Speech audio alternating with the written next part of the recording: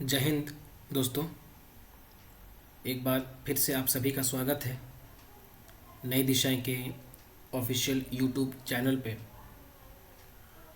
आज मैं जिस लेक्चर के साथ प्रस्तुत हुआ हूँ इसमें हम बात करेंगे जैन धर्म की, और जैन धर्म से जो महत्वपूर्ण क्वेश्चंस पूछे गए हैं वो सब इसमें शामिल किए गए हैं।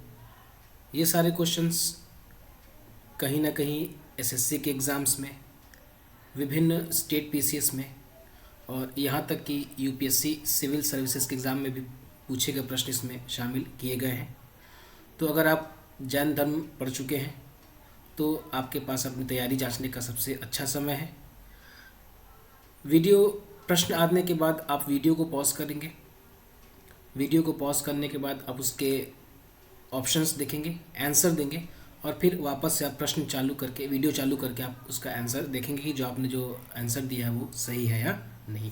चलिए बिना समय गंवाए शुरू करते हैं आज का अपना वीडियो। और अगर आप पहली बार हमारे चैनल पे आए हैं तो हमारे चैनल को सब्सक्राइब ज़रूर करें और इसे अधिक से अधिक अपने दोस्तों के साथ शेयर करें ताकि उनकी भी तैयारी को एक नई दिशा मिल सके। तो पहला प्रश्न है हमारा, जैन दर्शन के अनुसार जिन शब्द का क्या अर्थ है। ये क्वेश्चन आपके एसएससी सीपीओ 2019 में पूछा गया है। तो जिन शब्द का अर्थ है वो है विजेता। जिसने अपने इंद्रियों पे विजय प्राप्त कर ली उसे जिन कहा जाता है और ये जैन धर्म की मान्यता है।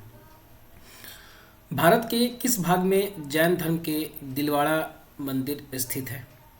तो ये काफ़ी फेमस मंदिर है जैन धर्म का दिलवाड़ा मंदिर। ये माउंट आबू राजस्थान में स्थित है। आपका आंसर हो जाएगा ऑप्शन नंबर ए। बढ़ते अगले प्रश्न की ओर। किस राज्य में भगवान महावीर का जन्म हुआ। तो किस राज्य में हुआ। ऑप्शन नंबर डी, यहाँ सी की जगह डी कर लीजिएगा। ऑप्शन नंबर डी, बिहार में हुआ। श्वेतांबर और दिगंबर किस समुदाय के दो संप्रदाय हैं। श्वेतांबर श्वेत वस्त्र धारण करने वाले और दिगंबर नग्न रहने वाले, ये किस समुदाय के दो संप्रदाय हैं। तो ये जैन समुदाय के दो संप्रदाय हैं। छठी शताब्दी ईसा पूर्व का मत्स्य महाजनपद कहाँ स्थित था। तो जब आपने महाजनपद पढ़ा है तो उसमें हमने पढ़ा है कि 16 महाजनपद थे और उन्हीं 16 महाजनपदों में जो मत्स्य है इसके बारे में पूछा है। तो याद रखिएगा जो मत्स्य महाजनपद है वो राजस्थान में स्थित था। अगले प्रश्न की ओर बढ़ते हैं। महावीर का जन्म कहाँ हुआ था।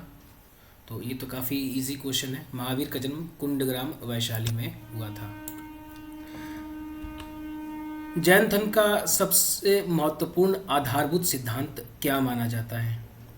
क्या वो विराग है, क्या वो निष्ठा है, क्या वो कर्म है या फिर अहिंसा है। तो आपने आंसर दे दिया होगा। इसका आंसर है ऑप्शन नंबर डी, अहिंसा। स्यादवाद किस धर्म का मूल आधार था। स्यादवाद को हम मध्यम मार्ग भी कह सकते हैं और यही जो मध्यम मार्ग है ये जैन धर्म की सबसे बड़ी देन है। तो आंसर हो जाएगा आपका ऑप्शन नंबर ए, जैन धर्म। स्यादवाद जैन धर्म का मूल आधार है।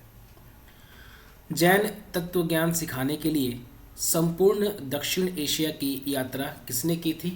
तो याद रखिएगा ये यात्रा भगवान महावीर ने की थी। जैन साहित्य को और किस नाम से जाना जाता है। तो जैन साहित्य को याद रखिएगा आगम के नाम से जानते हैं, यानी कि जितने भी जैन साहित्य हैं उन्हें हम आगम कहते हैं, आगम। बढ़ते हैं अगले प्रश्न की ओर अपने। जैनियों द्वारा अपने पवित्र ग्रंथों के लिए सामूहिक रूप से किस शब्द का प्रयोग किया जाता है। जो जैन धर्म के मानने वाले हैं वो अपने धर्म ग्रंथ को और किस नाम से जानते हैं। तो उन्हें अंग कहते हैं। क्या कहते हैं, उन्हें अंग कहते हैं। विमल शाह द्वारा निर्मित संगमरमर का मंदिर कौन सा है। तो ये मैंने आपको इससे पहले भी क्वेश्चन में डिस्कस किया है कि जो राजस्थान का दिलवाड़ा जैन मंदिर है वो विमल शाह द्वारा ही निर्मित किया गया है। तो आंसर हो जाएगा इसका ऑप्शन नंबर सी। अगला प्रश्न, जैन तीर्थंकर पार्श्वनाथ निम्नलिखित में से किस स्थानों से मुख्यतः संबंधित थे। ऑप्शन है आपके कौशाम्बी, चंपा, वाराणसी या गिरिव्रज। तो जो पार्श्वनाथ थे वो वाराणसी से संबंधित थे। अगला प्रश्न, समाधि मरण किस दर्शन से संबंधित है? तो सम्यक समाधि जो है वो जैन दर्शन का एक सिद्धांत है। तो समाधि मरण किस दर्शन से हो जाएगा संबंधित? तो जैन दर्शन से संबंधित हो जाएगा। प्रारंभिक जैन धर्म का इतिहास किस ग्रंथ में मिलता है? तो प्रारंभिक जैन ग्रंथ जो है इसका इतिहास हमको कल्प सूत्र में मिलता है, और यह कल्प सूत्र जो है वो भद्रबाहु द्वारा रचित एक जैन ग्रंथ है। वर्धमान महावीर ने परिनिर्वाण कहाँ प्राप्त किया था? अर्थात जो महावीर की मृत्यु कहाँ हुई थी? तो महावीर की मृत्यु पावा में हुई थी, पावा में।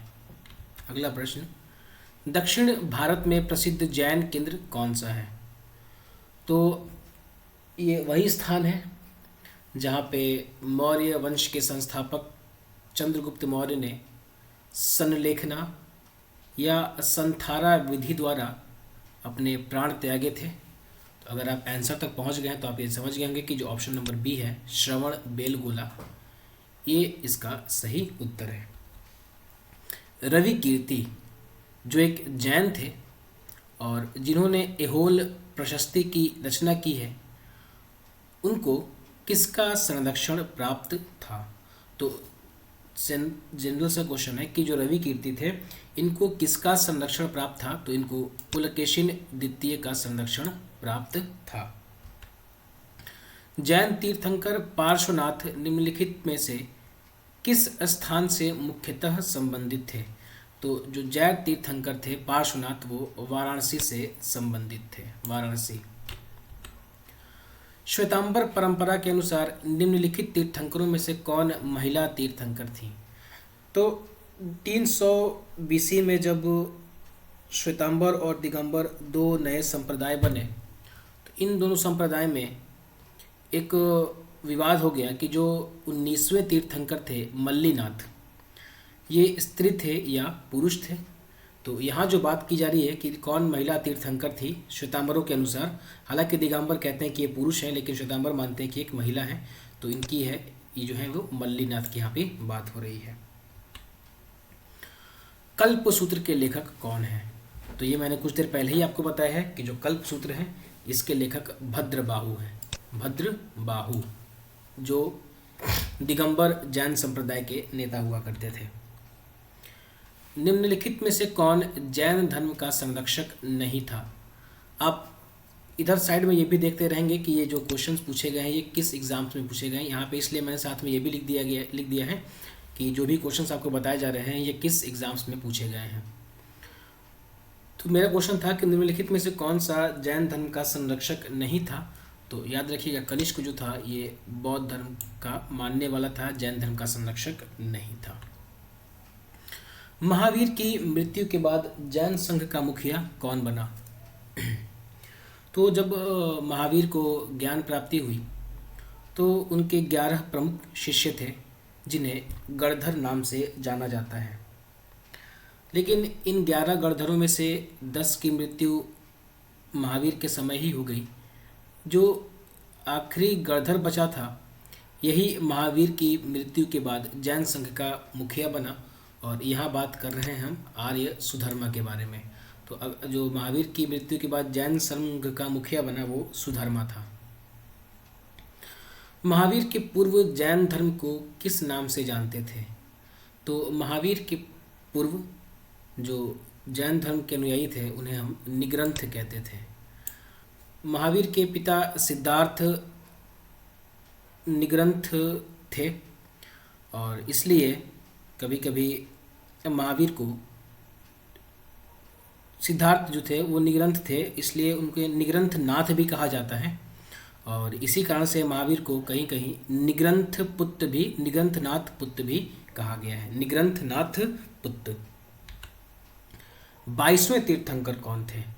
तो 22वें तीर्थंकर यहाँ पे हो जाएंगे आपके ऑप्शन नंबर ए, अरिस्टनेमी जो थे वो 22वें तीर्थंकर थे। ये IAS प्री ऑप्शन हिस्ट्री में पूछा गया 2009 में। महावीर का प्रथम अनुयायी कौन था?